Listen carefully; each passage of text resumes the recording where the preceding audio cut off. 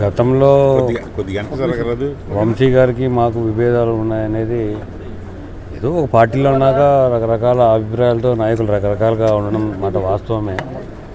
కానీ ఇప్పుడు మా అధినేత వైఎస్ జగన్మోహన్ రెడ్డి గారి ఆదేశం మేరకు వై నాట్ 175 అనే నినాదంతో ఏ నియోజకవర్గంలో అయినా మాకు అభివృద్ధి మా కంటికి కనపడేది వైఎస్ జగన్మోహన్ రెడ్డి గారు. సో ఖచ్చితంగా ఎక్కడైనా కానీ ఈ ఆంధ్ర రాష్ట్రంలో ఈ 175 నియోజకవర్గాల్లో వైఎస్ జగన్మోహన్ రెడ్డి గారు పోటీ చేస్తున్నారు.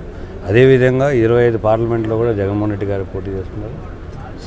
ఖచ్చితంగా మేము వైఎస్ఆర్ కాంగ్రెస్ పార్టీలోనే మేము మొదటి నుంచి ఉన్నాం కాబట్టి వైఎస్ఆర్ కాంగ్రెస్ పార్టీకే మేము మద్దతు తెలుపుతాం. వైఎస్ఆర్ కాంగ్రెస్ పార్టీ గెలవాలనే కోరుకుంటాం. దాంట్లో ఎటువంటి సందేహం లేదు.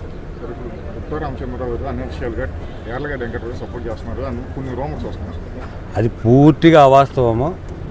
దుత్తా రామచంద్రరావు గారి గురించి నేను చెప్పేంతటోని కాదు, కానీ ఆయన నైజం ఏంటి, ఆయన పద్ధతులు ఏంటి, ఆయన సిస్టమ్ ఏంటి అనేది ఈ ప్రాంత ప్రజలు ఆల్మోస్ట్ 40 సంవత్సరాల నుంచి చూస్తున్నారు.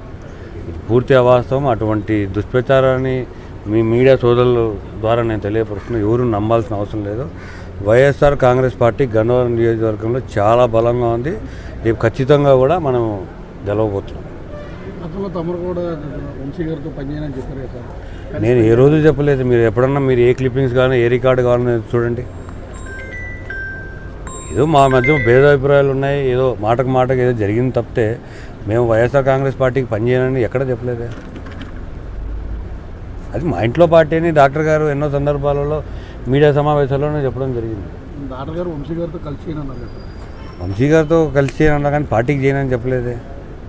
అట్లా అని ఏమన్నా డాక్టర్ గారు ఏమన్నా తెలుగుదేశం పార్టీయో కమ్యూనిస్టో జనసేననో లేకుండా కాంగ్రెస్ పార్టీలో ఏమన్నా వెళ్ళి సభ్యత్వం తీసుకొని ప్రచారం చేస్తున్నారు లేదు కదా. మన కూడా ముఖ్యమంత్రి గారిని బస్ యాత్రలో భాగంగా కేసరపల్లిలో హాల్టింగ్లో ఉన్నప్పుడు వచ్చి కలిసి వెళ్ళారు. కొంచెం ఆయన పెద్ద ఆయన ఉన్నాడు కాబట్టి ఎండలు ఎక్కువ ఉన్నాయి, తీవ్రత ఎక్కువ ఉంది కాబట్టి ఆయన ప్లేస్లో మేము భర్తీ చేస్తున్నాం. మేము అందరం ఆ ఇంట్లో వాళ్ళమే కదా. ఇప్పుడు ఆయనకు నచ్చింది మేము ఎందుకు చేస్తాము?